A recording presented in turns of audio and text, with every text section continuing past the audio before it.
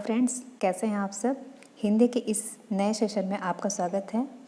आज हम भाषा अधिगम के टॉपिक पर कुछ 15th क्वेश्चन करेंगे जो आपके एग्ज़ाम पॉइंट ऑफ व्यू से वेरी इंपॉर्टेंट क्वेश्चंस हैं। ठीक है, तो चलिए आइए स्टार्ट करते हैं। फर्स्ट क्वेश्चन है आपके सामने, बालक के व्यक्तित्व का विकास का महत्वपूर्ण पक्ष निम्न में से क्या नहीं है। आपके सामने पहला ऑप्शन है मानसिक विकास, दूसरा ऑप्शन है संवेदनात्मक विकास, तीसरा ऑप्शन है नैतिक विकास और चौथा ऑप्शन है विद्यालयी विकास। देखिए, बालक के जो व्यक्तित्व का विकास है उसका महत्वपूर्ण पक्ष है सामाजिक विकास, मानसिक विकास, संवेदनात्मक विकास और नैतिक विकास। यहाँ पर आपका मानसिक विकास, संवेदनात्मक विकास और नैतिक विकास तीनों ही विकास के महत्वपूर्ण पक्ष हैं। ठीक है, और आपका एक सामाजिक विकास भी महत्वपूर्ण पक्ष है व्यक्तित्व विकास का बालक के। ठीक है, तो यहाँ पर आपका राइट आंसर क्या हो जाएगा कि पूछ रहा है निम्न में से क्या नहीं है। ठीक है, तो यहाँ पर आपका option number D right answer होगा। नेक्स्ट क्वेश्चन करते हैं, बच्चा प्रथम शब्द कब सीखना प्रारंभ करता है। पहला ऑप्शन है लगभग 9 से 12 महीने से, दूसरा ऑप्शन है लगभग 4 से 5 महीने से, तीसरा ऑप्शन है 14 से 15 महीने से और लास्ट ऑप्शन है 15 से 16 महीने से। यहाँ पर आपका राइट आंसर होगा ए, 9 से 12 महीने से बच्चा प्रथम पद सीखना प्रारंभ कर देता है। ठीक है, चलिए नेक्स्ट क्वेश्चन की तरफ चलते हैं।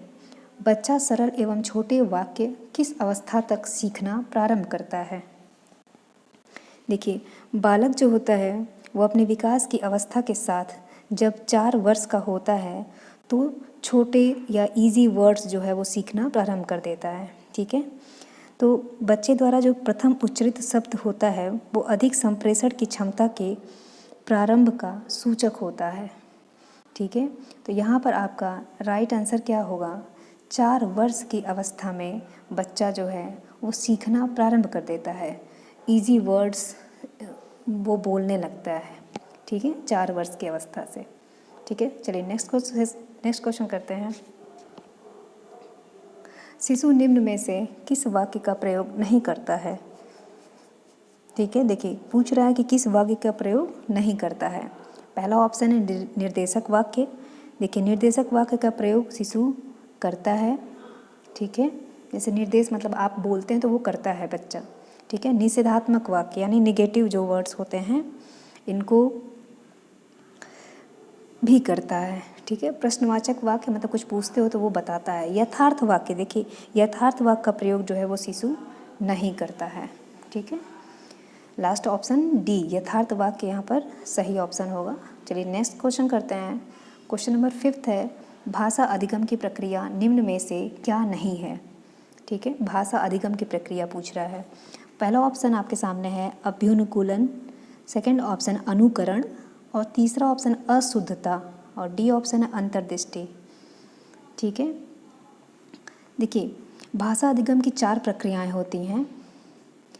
पहला है अभ्युनुकूलन, दूसरा है अनुकरण और तीसरा है अंतर्दृष्टि और प्रयत्न एवं त्रुटि। प्रयत्न एवं त्रुटि जो है ये भी भाषा अधिगम की प्रक्रिया होती है। यहाँ पर आपका राइट आंसर क्या हो जाएगा, बचा अशुद्धता। 5th क्वेश्चन यहाँ पर 5th क्वेश्चन का सी आंसर अशुद्धता यहाँ पर सही आंसर होगा। चलिए नेक्स्ट क्वेश्चन करते हैं। थॉर्नडाइक द्वारा प्रस्तुत अधिगम के नियमों में निम्न में से क्या शामिल नहीं है। ठीक है, थॉर्नडाइक जो अपना अधिगम का जो नियम प्रस्तुत किए थे उसमें से पूछ रहा है कि क्या शामिल नहीं है। तो देखिए पहले आप ये जान लीजिए कि थॉर्नडाइक ने अधिगम के जो नियम दिए थे वो 3 नियम थे। पहला तत्परता का नियम, पहला है आपका तत्परता का नियम और दूसरा है अभ्यास का नियम और तीसरा है कार्य के परिणाम का नियम। ठीक है, जबकि जो आपका व्यवहार का नियम है ये आपका थॉर्नडाइक ने नहीं दिया है। ठीक है, तो यहाँ पर राइट आंसर क्या हो जाएगा, ऑप्शन नंबर ए। ठीक है, चलिए नेक्स्ट क्वेश्चन करते हैं। भाषा अधिगम शिक्षण प्रक्रिया के प्रमुख घटकों में निम्न में कौन नहीं है? ठीक है, जो भाषा अधिगम शिक्षण प्रक्रिया है उससे पूछ रहा है कि प्रमुख घटकों में से कौन सा नहीं है। ठीक है, देखिए जो प्रमुख घटक होते हैं भाषा अधिगम शिक्षण के, वो आपका शिक्षार्थी होता है, शिक्षक होता है और पाठ्य सामग्री होती है। ठीक है, ये तीन जो है वो प्रमुख घटक हैं भाषा अधिगम शिक्षण प्रक्रिया के। बहुत ही इंपॉर्टेंट क्वेश्चंस हैं सारे। तो यहाँ पर ऑप्शन नंबर डी खेलकूद, खेलकूद जो है वो भाषा अधिगम शिक्षण प्रक्रिया का पार्ट नहीं है। ठीक है, चलिए नेक्स्ट क्वेश्चन करते हैं। भाषा अर्जन की प्रमुख युक्तियाँ निम्न में से क्या नहीं हैं? ठीक है, आपके सामने पहला ऑप्शन है अनुकरण, सेकंड ऑप्शन है अभ्यास, थर्ड ऑप्शन है बारंबारता एवं फोर्थ ऑप्शन है यथार्थ बोध।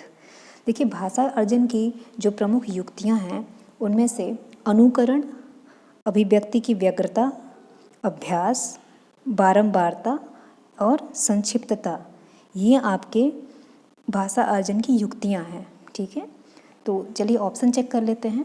अनुकरण, ये भी आपकी भाषा अर्जन की युक्ति है। अभ्यास, अभ्यास भी है और बारंबारता भी है। तो यहाँ पर आपका फोर्थ ऑप्शन यथार्थ बोध, ये आपकी भाषा अर्जन की, मतलब जो भाषा आप ग्रहण करते हैं उनकी युक्तियाँ नहीं हैं। ठीक है, इनके थ्रू आप जो है भाषा अर्जन नहीं कर सकते यथार्थ बोध के। ठीक है, चलिए नेक्स्ट क्वेश्चन करते हैं। 9th क्वेश्चन है निम्न में से कौन सा शिक्षण सूत्र नहीं है? ठीक है, शिक्षण जो फॉर्मूला है वो कौन सा नहीं है? देखिए ज्ञात से अज्ञात की ओर, ये आपका शिक्षण फॉर्मूला है, शिक्षण सूत्र है ज्ञात से अज्ञात की ओर। सेकंड है सरल से जटिल की ओर, ये भी है। ठीक है, सरल से जटिल की ओर। और थर्ड ऑप्शन है मूर्त से अमूर्त की ओर। देखिए ये भी आपका शिक्षण सूत्र है।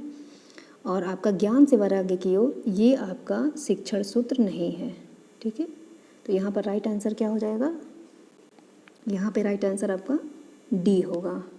ठीक है, देखिए प्रमुख शिक्षण सूत्र कुछ हैं, जैसे जो अज्ञात से अज्ञात की ओर हुआ, सरल से जटिल की ओर हुआ, मूर्त से अमूर्त की ओर हुआ, पूर्ण से अंश की ओर हुआ। ठीक है, पूर्ण से अंश की ओर। नेक्स्ट है विशेष से सामान्य की ओर, और नेक्स्ट है एक और आगमन से निगमन की ओर। ऐसे ही मतलब बहुत सारे आपके जो शिक्षण सूत्र हैं वो आपके टॉपिक्स में हैं। ठीक है, चलिए नेक्स्ट क्वेश्चन करते हैं। देखिए आपके सामने 10वां क्वेश्चन है, सर्वप्रथम शिशु निर्देशक वाक्यों का सर्वाधिक प्रयोग कहाँ करता है? फर्स्ट ऑप्शन है मित्रों के बीच, सेकंड ऑप्शन है माता पिता के संपर्क में, सी ऑप्शन है समाज के बीच, और डी ऑप्शन है बाल विद्यालय में। ठीक है, देखिए शिशु जो होता है वो जो अपने जो वर्ड्स बोलते हैं उसमें निर्देशक और कथनात्मक, इन दोनों वाक्यों की जो संख्या होती है शिशु के वर्ड्स में वो बहुत अधिक होती हैं। ठीक है, निर्देशक और कथनात्मक वाक्यों की संख्या होती है। तो यहाँ पर आपका क्या होगा? ऑप्शन नंबर, और जो शिशु होते हैं वो सबसे पहले क्या करते हैं कि अपने माता पिता के संपर्क में इन सब वाक्यों का, निर्देशन वाक्यों का प्रयोग करते हैं। ठीक है, चलिए नेक्स्ट क्वेश्चन करते हैं।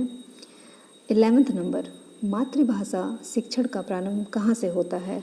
जो मातृभाषा शिक्षण है उसका प्रारंभ ऑप्शन नंबर ए माँ से, बी शिक्षक से, सी आस पड़ोस से, और फोर्थ कुटुंबियों से।